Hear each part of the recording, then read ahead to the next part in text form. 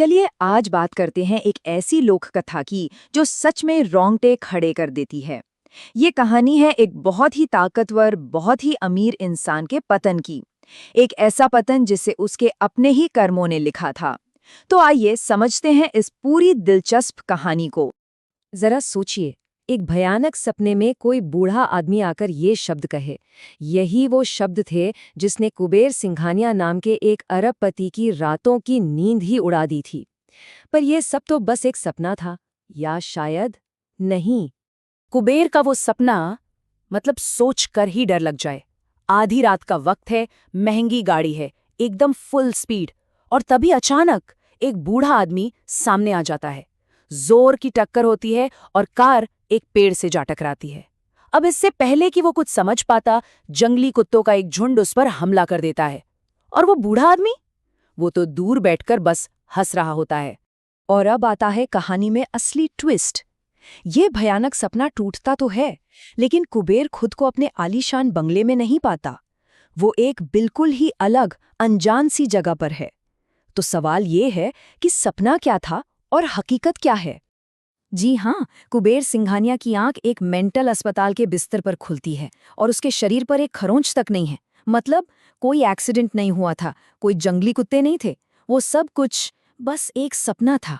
लेकिन उस एक सपने ने उसकी दिमागी हालत को इस कदर झकझोर दिया था कि वो असलियत और वहम में फर्क ही नहीं कर पा रहा था। तो आखिर ये कुबेर सिंघानिया है कौन? मतलब एक ऐसा आदमी जो कल तक हवा में उड़ रहा था, वो अचानक इस हाल में कैसे पहुंच गया?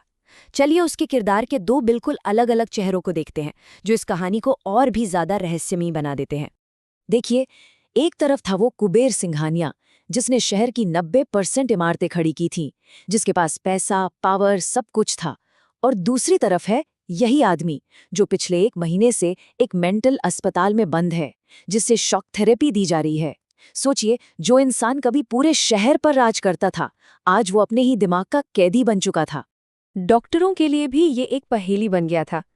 जैसा कि उसके दोस्त और डॉक्टर संजय ने बताया, कुबेर की लाइफ में ऐसा कुछ भी नहीं हुआ था जो उसे इस हालत में पहुंचा दे। कोई बड़ा सदमा नहीं, कोई हादसा नहीं। तो फिर सवाल ये था कि उसके दिमाग में ये तूफान आखिर आया कहाँ से? और बस यहीं से कहानी एक नया और अलौकिक मोड़ लेती है, जब कुबेर के सपने का वो डरावना किरदार उसकी असलियत में दाखिल होता है, तो डर की सारी हदें टूट जाती हैं। एक शाम कुबेर अपने अस्पताल की खिड़की से यूं ही बाहर देख रहा था, और तभी उसे वो बूढ़ा आदमी दिखाई दिया। वही चेहरा, वही रहस्यमयी मुस्कान। कुबेर चीखना चाहता था, पर ऐसा लगा जैसे उस बूढ़े ने उसे अपनी आंखों से ही जकड़ लिया हो। वो अपनी जगह से हिल भी नहीं पा रहा था। और फिर जो हुआ, उस पे तो शायद ही कोई यकीन करे। वो बूढ़ा आदमी खिड़की से गायब होकर कमरे में रखे एक छोटे से पौधे में समा गया। देखते ही देखते उस पौधे की टहनियां सांप की तरह बढ़ने लगी और कुबेर के गले से आके लिपट गईं। उसका दम घुट रहा था। उसे लगा बस आज तो खेल खत्म। अपनी आखिरी सांसें गिनते हुए कुबेर ने बस इतना ही पूछा, कौन हो तुम? और उस पौधे से एक आवाज आई, मैं राखंदार हूं। बस यही वो नाम था जो कुबेर के सारे सवालों का जवाब था, और उसके सारे गुनाहों का हिसाब भी। तो ये नाम राखांदार कुबेर के सारे डर की वजह था। लेकिन ये सिर्फ एक नाम नहीं है, ये एक बहुत गहरी और पुरानी मान्यता का प्रतीक है। तो सवाल ये उठता है कि ये राखांदार आखिर है क्या? क्या ये सिर्फ एक डरावनी कहानी का कोई किरदार है, या इसके पीछे प्रकृति, इंसान और कर्म का कोई बहुत गहरा राज छिपा है? चलिए अब कहानी से एक कदम पीछे हटकर इस लोक कथा की जड़ों को समझते हैं। रखनदार का मतलब सिर्फ रखवाला या गार्ड नहीं होता। ये कॉन्सेप्ट उससे कहीं ज्यादा गहरा है। कई आदिवासी संस्कृतियों में ये एक ऐसी शक्ति है जो जंगल की रक्षा करती है, सीमाएं तय करती है, और जो कोई भी लालच में आकर उन सीमाओं को तोड़ता है उसे सजा भी देती है। तो ये सिर्फ कोई भूत प्रेत की कहानी नहीं है, बल्कि प्रकृति और इंसान के रिश्ते का एक सबक है जो कर्म के सिद्धांत पर चलता है। और ये मान्यता सिर्फ एक जगह तक सीमित नहीं है। पूरे भारत में अलग अलग आदिवासी समुदायों में इस संरक्षक आत्मा को अलग अलग नामों से जाना जाता है। कहीं पर वन देवता, कहीं जंगल बाबा, तो कहीं बूढ़ा देव। नाम भले ही अलग अलग हों, लेकिन इनकी पीछे की सोच एक ही है कि जंगल एक जीती जागती सत्ता है और उसकी रक्षा करना इंसान का धर्म है। ये लोक कथाएं असल में पीढ़ियों से चले आ रहे पर्यावरण बचाने की नियम है। तो चलिए अब कहानी के टुकड़ों को वापस जोड़ते हैं। कुबेर सिंघानिया और राखनदार का आखिर कनेक्शन क्या था?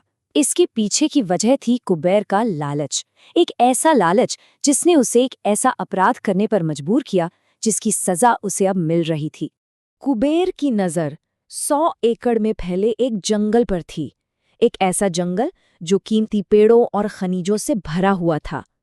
वो जंगल वहां रहने वाली एक आदिवासी जनजाति का सदियों से घर था, लेकिन कुबेर किसी भी कीमत पर उसे हासिल करना चाहता था। जब आदिवासियों ने पैसे लेने से साफ मना कर दिया, तो कुबेर ने दहशत का रास्ता अपनाया। उसने उनके जानवरों को जहर दिया, जंगल में आग लगवा दी, उन्हें डराया, धमकाया, और जब इन सब से भी बात नहीं बनी, तो उसने वो किया जो सबसे बड़ा गुनाह माना जाता था। उसने उनके पूज्य राखानदार की मूर्ति को चुराकर फेंक दिया। ये वही रात थी जब कुबेर ने उस मूर्ति का अपमान किया, और ठीक उसी रात से उसके वो भयानक सपने शुरू हुए थे। उसने सोचा कि वो बस एक पत्थर की मूर्ति को तोड़ रहा है, लेकिन असल में उसने उस संतुलन को छेड़ा था जिसकी रक्षा राखनदार करता है। उसने सीधे सीधे जंगल की आत्मा को चुनौती दे डाली थी। अब हम कहानी के उस आखिरी हिस्से पर पहुंच गए हैं, जहां कुबेर को उसके कर्मों का अंतिम फल मिलता है। ये वो पल है जब प्रकृति अपना असली रूप दिखाती है और अपना न्याय खुद करती है। एक रात अस्पताल का वो कमरा अचानक बदलने लगा। दीवारों पर पेड़ की छाल जैसी दरारें दिखने लगीं और पूरे कमरे में गीली मिट्टी और जंगल की एक अजीब सी गंध फैल गई। वो अस्पताल का कमरा अब एक घना, डरावना जंगल बन चुका था। और फिर जमीन से राखानदार अपने असली रूप में बाहर निकला। उसका सीना किसी पुराने पेड़ के तने जैसा सख्त था, उसके हाथ उलझी हुई जड़ों में बदल चुके थे, और उसकी जलती हुई आंखों में सदियों का गुस्सा साफ नजर आ रहा था। कुबेर ने गिड़गिड़ाकर सब कुछ लौटाने का वादा किया, लेकिन राखानदार की गूंजती हुई आवाज ने कहा, जंगल भीख नहीं लेता। और तभी जमीन से सैकड़ों जड़ें निकलीं और उन्होंने कुबेर को कसकर जकड़ लिया। वो उसे धीरे धीरे धरती के अंदर खींचने लगी। अगली सुबह कुबेर सिंघानिया अपने कमरे से गायब था, रहस्यमयी तरीके से। जहां वो लेटा था वहां फर्श की दरार से बस एक छोटा सा पौधा उगाया था। कहते हैं राखानदार मौत नहीं देता, वो इंसान को उसी जमीन का हिस्सा बना देता है जिसे वो छीनना चाहता था। पर कहानी यहाँ खत्म नहीं होती। 1 साल बाद जब कुबेर के बेटे ने उसी जंगल को हड़पने की कोशिश की, तो उसकी लाश टुकड़ों में मिली। कहते हैं राखानदार की याददाश्त बहुत लंबी होती है। ये लोक कथा सोचने पर मजबूर करती है, क्या प्रकृति की अपनी कोई चेतना है? क्या ये कहानियां सिर्फ अंधविश्वास हैं, या फिर उन अदृश्य शक्तियों की चेतावनी जो हमारे कर्मों पर नजर रखे हुए हैं?